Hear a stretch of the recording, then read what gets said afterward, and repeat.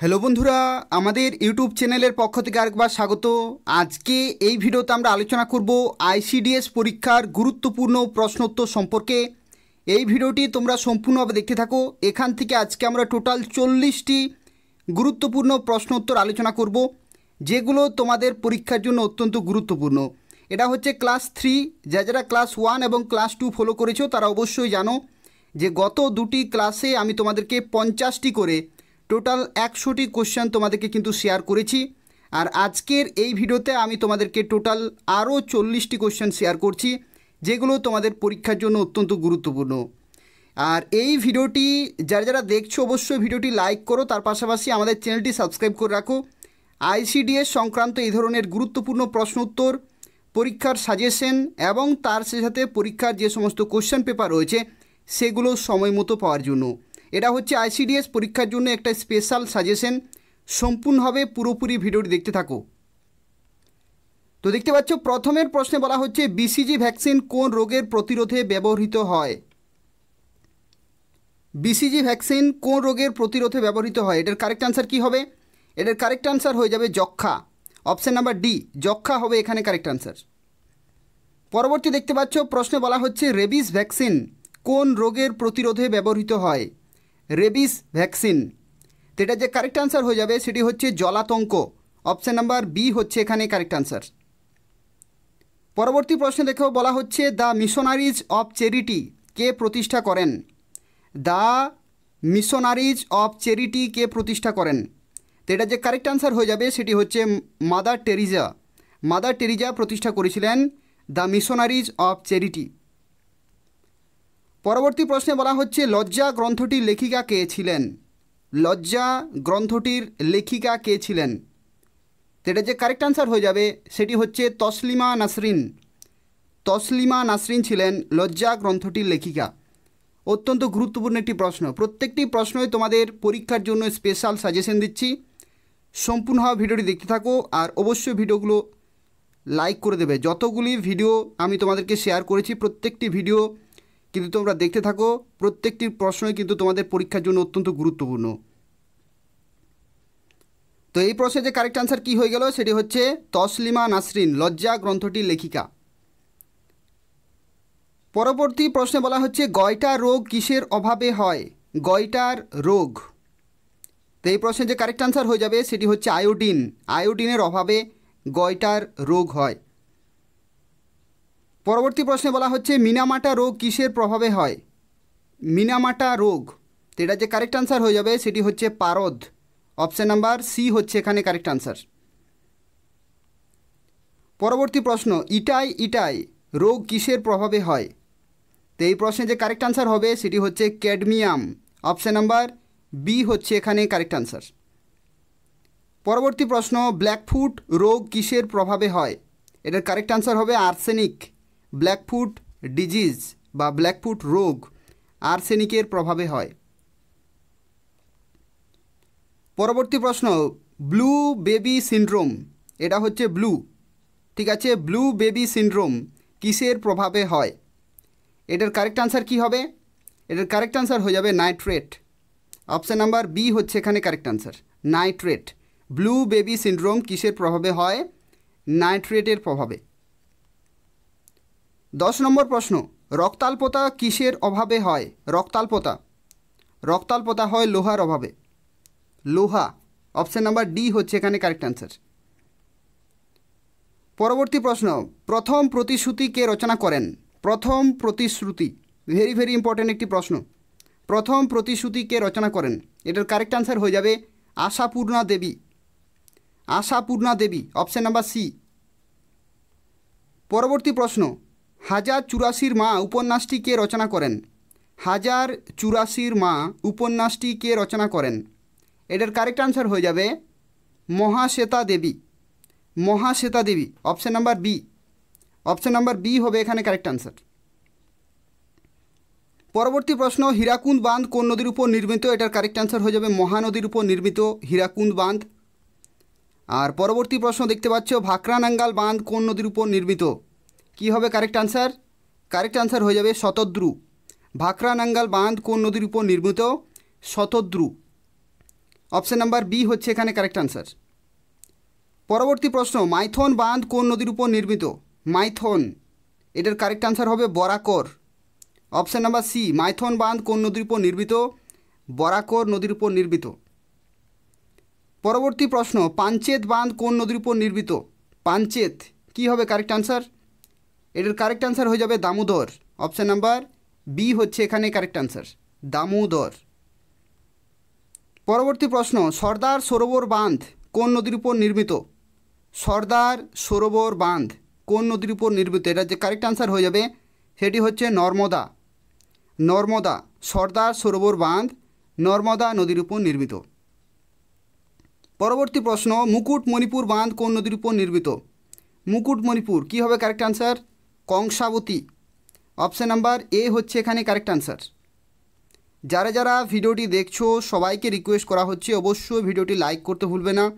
তার পাশাপাশি আমাদের চ্যানেলটি সাবস্ক্রাইব করে রাখো আইসিডিএস সংক্রান্ত গুরুত্বপূর্ণ প্রশ্ন উত্তর এবং সাজেশন পাওয়ার জন্য।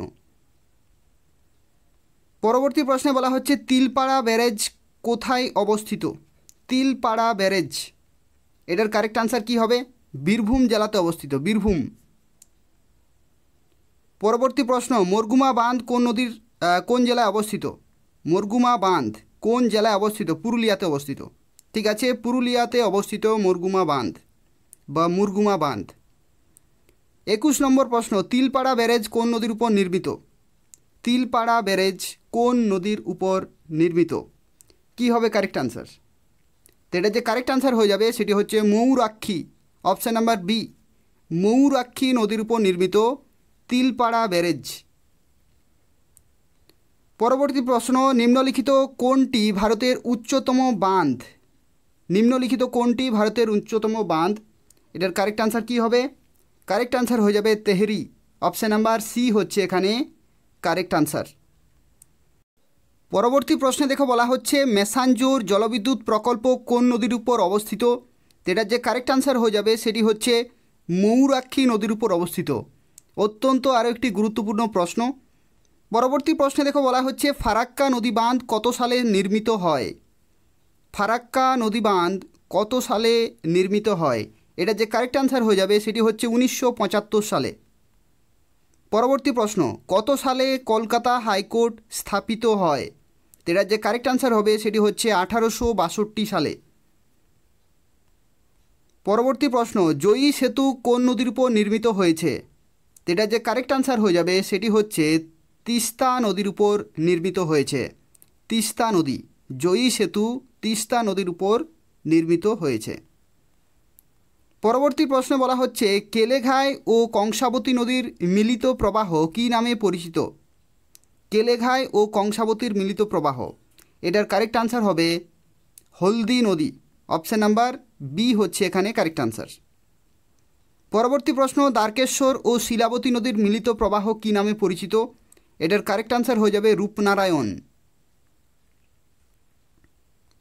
পরবর্তী প্রশ্ন, এক শৃঙ্গ বিশিষ্ট গন্ডার কোথায় দেখা যায়? এক শৃঙ্গ বিশিষ্ট গন্ডার কোথায় দেখা যায়? এটা যে কারেক্ট আনসার হবে সেটি হচ্ছে কাজিরাঙ্গা। কাজিরাঙ্গা হবে এখানে কারেক্ট আনসার। পরবর্তী প্রশ্ন, গারো পাহাড়ের সর্বোচ্চ শৃঙ্গের নাম কি? Nokrek. Option number B, Nokrek হবে এখানে কারেক্ট আনসার। গারো পাহাড়ের সর্বোচ্চ শৃঙ্গের নাম নকরেক। পরবর্তী প্রশ্ন, নীলগিরি পাহাড়ের সর্বোচ্চ শৃঙ্গের নাম কি? কারেক্ট আনসার হয়ে যাবে Doddabetta. Option number D, Doddabetta. Nilgiri পাহাড়ের সর্বোচ্চ শৃঙ্গ দোদাবেতা। পরবর্তী প্রশ্ন, পূর্বঘাট পর্বতমালার সর্বোচ্চ শৃঙ্গ কোনটি? এটার কারেক্ট আনসার হবে Jindhagada. Jindhagada, option number D হচ্ছে এখানে কারেক্ট আনসার। এরপর পরবর্তী প্রশ্ন, পশ্চিমঘাট পর্বতমালার সর্বোচ্চ শৃঙ্গ কোনটি? পশ্চিমঘাট পর্বতমালার, এটার কারেক্ট আনসার হয়ে যাবে আনাইমুদি। অপশান নাম্বার বি হচ্ছে এখানে কারেক্ট আনসার। পরবর্তী এরপর আমরা কিছু গুরুত্বপূর্ণ প্রশ্ন আমরা আলোচনা করব। যেমন এখানে একটি রয়েছে ভয়েস চেঞ্জ। তোমাদেরকে বলে রাখি ইংরেজিতে ভয়েস চেঞ্জ অত্যন্ত গুরুত্বপূর্ণ, পরীক্ষায় আসার একটা প্রবল চান্স রয়েছে। তো এখানে দেখতে পাচ্ছ এই যে প্রশ্নটি, এটা হচ্ছে হু ইজ ক্রিয়েটিং দিস মেস, এটা হচ্ছে প্রশ্ন এবং এই প্রশ্নটিকে ভয়েস চেঞ্জ করতে হবে। কোন অপশানটি হবে কারেক্ট আনসার?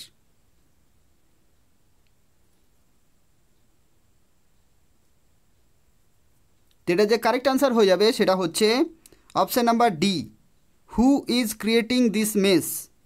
এটা যে কারেক্ট আনসার হবে কিভাবে হবে? By whom is this mess being created. By whom is this mess being created. এটা যে এটার বলে রাখি, এটা তোমাদেরকে একটি তথ্য, সেটা হচ্ছে এই যে বাক্যটি রয়েছে, এই যে সেন্টেন্সটি রয়েছে, এই সেন্টেন্সটি কিভাবে হয়? সেটা হচ্ছে কোনো একটা ব্যক্তি সে ক্রিয়েট করছে দিস মেস, ঠিক আছে? তো তাহলে সেখানে কিভাবে করতে হবে? সেটা হচ্ছে বাই হুম, হু যেটি রয়েছে সেটাকে লিখতে হবে বাই হুম, তারপরে ইজ দিস মেসের কথা বলা রয়েছে, আর যেহেতু ক্রিয়েটিং রয়েছে আইএনজি, তো সেক্ষেত্রে এখানে বিং, তারপরে ক্রিয়েটের যে V3 রয়েছে সেটা হচ্ছে ক্রিয়েটেড। অপশান নাম্বার ডি হচ্ছে এখানে কারেক্ট আনসার। পরবর্তী দেখতে পাচ্ছি আরও একটি ভয়েস চেঞ্জ রয়েছে, যেটা হচ্ছে I saw him living the house. এটা সোজা রয়েছে, কোন অপশানটি হবে correct answer? I saw him living the house. এখানে তোমাদেরকে বলে রাখি এই এতটুকু তোমাদেরকে দেখতে হবে, আই শ হিম। তো এই আই শ হিম এটাকে তোমরা ভয়েস চেঞ্জ কীভাবে করবে? He was seen by me. He was seen by me, তো কোথায় আছে সেটা? He was seen by me option বিতে রয়েছে, অপশান ডিতে রয়েছে। এরপর তোমাদেরকে দেখতে হবে পরবর্তী যে কমপ্লিট সেন্টেন্স রয়েছে, he was seen by me leaving the house, ঠিক আছে? তো এখানে দেখতে পাচ্ছি অপশান নাম্বার ডি হচ্ছে একই রকমের, he was seen leaving the house by me, ঠিক আছে? এটা হচ্ছে কারেক্ট অপশান। কিন্তু অপশান নাম্বার বি দেখতে পাচ্ছ মোটামুটি সেই রকমই রয়েছে। এখানে যেটা ভুল রয়েছে সেটা হচ্ছে he was seen to be leaving রয়েছে, এখানে টু বি, এই টু বির জন্য এখানে কিন্তু ভুল, ঠিক আছে? এটার কারেক্ট আনসার কী হবে? Option number D. কারণ কি, হি ওয়াজ সিন বাই মি এটা হচ্ছে কমপ্লিট, আর বাকি যে সেন্টেন্সে যেটা থাকছে সেটা হচ্ছে লিভিং দ্য রুম আর লিভিং দ্য হাউস, এটা হচ্ছে correct answer. Option number D হচ্ছে এখানে কারেক্ট আনসার। পরবর্তী প্রশ্ন দেখতে পাচ্ছ কমপ্লেক্স সেন্টেন্সে বলা রয়েছে ডু অর ডাই। এখানে তোমাদেরকে বলে রাখি সিম্পল সেন্টেন্স, কমপ্লেক্স এবং কম্পাউন্ড, সরল বাক্য, যৌগিক বাক্য এবং জটিল বাক্য ইংরেজিতে কিভাবে করতে হয় সেগুলো কিন্তু তোমরা বারবার প্র্যাকটিস করবে, এগুলো পরীক্ষায় আসার চান্স রয়েছে। কমপ্লেক্স, কম্পাউন্ড এবং সিম্পল সেন্টেন্সে পরিবর্তন করা। তো এখানে যে প্রশ্নটি রয়েছে যেটা হচ্ছে ডু অর ডাই, করো অথবা মরো, এটার কারেক্ট আনসার কী হবে? এটার কারেক্ট আনসার হয়ে যাবে option number B, if you don't do, যদি তুমি না করো, ইউ উইল ডাই, তুমি মারা যাবে। এটা হবে correct answer, if you don't do you will die. পরবর্তী প্রশ্নে বলা হচ্ছে দেখতে পাচ্ছ article, fill in the blanks রয়েছে, আর্টিকেল বসাতে হবে এখানে। আর্টিকেলের কিছু নিয়ম রয়েছে, সেই নিয়মগুলো যদি তোমরা জানো তাহলে এখানে কোনো রকমের ভুল হওয়ার কোনো চান্স নেই, প্রত্যেকটি তোমরা কিন্তু সঠিক উত্তর করতে পারবে। এখানে যে প্রশ্নটি রয়েছে যেটা হচ্ছে Ram is dash honest man. এখানে আর্টিকেলের ক্ষেত্রে যে নিয়ম রয়েছে যেটা হচ্ছে ভাওয়েল কনসোনেন্ট রয়েছে, যদি কনসোনেন্ট থাকে তো সেক্ষেত্রে, আর ভাওয়েল থাকলে সেক্ষেত্রে কি বসে? যদি ভাওয়েল থাকে তাহলে অ্যান বসে, আর যদি কনসোনেন্ট থাকে তাহলে এ বসে, আর কোনো নির্দিষ্ট জিনিস যদি বলা হয় তো সেক্ষেত্রে দা বসে। কোনো নির্দিষ্ট জিনিস যদি বলা হয় তো সেক্ষেত্রে দা বসে, কনসোনেন্ট থাকলে এ বসে, আর ভাওয়েল থাকলে এন বসে। কিন্তু এখানে আরও একটি তথ্য বলে রাখি, ব্যতিক্রম কিছু কিছু রয়েছে, যেমন যদি উচ্চারণ যদি ভাওয়েলের মতো হয় তো সেক্ষেত্রেও কিন্তু এন বসে। উচ্চারণ যদি ভাওয়েলের মতো হয় তো সেক্ষেত্রেও এন বসে, অথবা যদি ইউ কিংবা ওয়া উচ্চারণ হয়, ইউ কিংবা ওয়া, তবু কিন্তু এখানে নিয়ম রয়েছে, ঠিক আছে? ইউ কিংবা ওয়া। তো সেক্ষেত্রে বলে রাখি আর্টিকেলের ক্ষেত্রে কিভাবে বসে সেই নিয়মগুলো তোমরা কিন্তু পরীক্ষার আগে একবার হলেও দেখে যাবে। আমি তোমাদেরকে পরবর্তী ভিডিওতে আরও কিছু আর্টিকেল নিয়ে ডিসকাস করে দেবো, অর্থাৎ কী কী নিয়ম রয়েছে সেই সম্পর্কে, এবং ব্যতিক্রম যে সমস্ত নিয়ম রয়েছে সেগুলো তোমরা কিন্তু শিখতে পারবে পরবর্তী ভিডিওতে। তো এই যে প্রশ্নটি রয়েছে এই প্রশ্নের কারেক্ট অ্যান্সার কী হবে তোমাদেরকে বলতে হবে। রাম ইজ ড্যাশ ওনেস্ট ম্যান, ওনেস্ট, ও দেখতে পাচ্ছ এখানে কিন্তু ওনেস্ট হচ্ছে, হোনেস্ট হচ্ছে না। তো ওনেস্ট হচ্ছে যেহেতু, তো ও হচ্ছে ভাওয়েল, ভাওয়েলের মতো উচ্চারণ, তো সেক্ষেত্রে এখানে এন হবে, এন ওনেস্ট। অপশন নাম্বার এ হচ্ছে এখানে কারেক্ট আনসার। ব্যতিক্রম নিয়ম এটা আর্টিকেলের ক্ষেত্রে। পরবর্তী দেখতে পাচ্ছে he said to them don't make a noise, এটা হচ্ছে ন্যারেশন চেঞ্জ, এটা ন্যারেশন চেঞ্জ করতে হবে।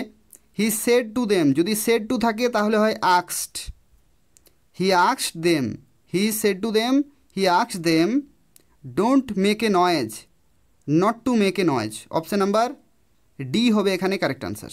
Option number D, said to হবে আক্সড, হি আক্সড them not to make a noise. পরবর্তী প্রশ্নে বলা হচ্ছে, দেখতে পাচ্ছ এখানে সমার্থক শব্দ বলা রয়েছে, ইংরেজিতে সমার্থক শব্দ, সমার্থক শব্দ এগুলো তোমাদেরকে কিন্তু মনে রাখতে হবে। ইগার, ইগার মানে কি উৎসুক, উৎসুক থেকে সমার্থক শব্দ, এই চারটি অপশানের মধ্যে কোনটিতে যার অর্থ হচ্ছে উৎসুক, এটার যে কারেক্ট আনসার হয়ে যাবে সেটি হচ্ছে কিউরিয়াস। কিউরিয়াস মানেও হচ্ছে উৎসুক, আর ইগার মানেও হচ্ছে উৎসুক, অর্থাৎ এই দুইটি হচ্ছে পারস্পরিক সিনোনিম। অপশন নাম্বার সি হচ্ছে এখানে কারেক্ট আনসার। পরবর্তী দেখতে পাচ্ছি অ্যান্টোনিম বলা রয়েছে বিপরীত শব্দ, সমার্থক শব্দ, বিপরীত শব্দ, narration change, voice change, simple, complex, compound, এগুলো তোমাদেরকে শিখতে হবে, প্রিপোজিশন শিখতে হবে। তো দেখতে পাচ্ছি এখানে এই প্রশ্নে কি বলা রয়েছে, অ্যালাইভ, অ্যালাইভ মানে কি জীবন্ত, এই জীবন্তের বিপরীত শব্দ কি হবে, মৃত, তো মৃত হবে কি ডেড, ডেড হবে। অপশান নাম্বার বি হচ্ছে এখানে কারেক্ট আনসার। তো এই ছিল 40টি গুরুত্বপূর্ণ প্রশ্ন যেগুলো তোমাদের পরীক্ষার জন্য অত্যন্ত গুরুত্বপূর্ণ, এইভাবেই তোমাদেরকে কিন্তু প্রিপারেশন নিতে হবে। যতগুলি প্রশ্ন তোমাদেরকে শেয়ার করলাম প্রত্যেকটি প্রশ্ন তোমাদের পরীক্ষার জন্য অত্যন্ত গুরুত্বপূর্ণ। যারা যারা এখন অবধি আমাদের চ্যানেলটি সাবস্ক্রাইব করেনি, এই ধরনের গুরুত্বপূর্ণ কোশ্চেন আনসার এবং স্পেশাল সাজেশন পেতে হলে অবশ্যই আমাদের চ্যানেলটি সাবস্ক্রাইব করে রাখো। আর যারা যারা অবশ্যই ভিডিওটি দেখলে ভিডিওটি লাইক করে দেবে এবং শেয়ার করে দেবে, যাতে অন্যান্য পরীক্ষার্থীরা এই ধরনের প্রিপারেশন নিতে পারে।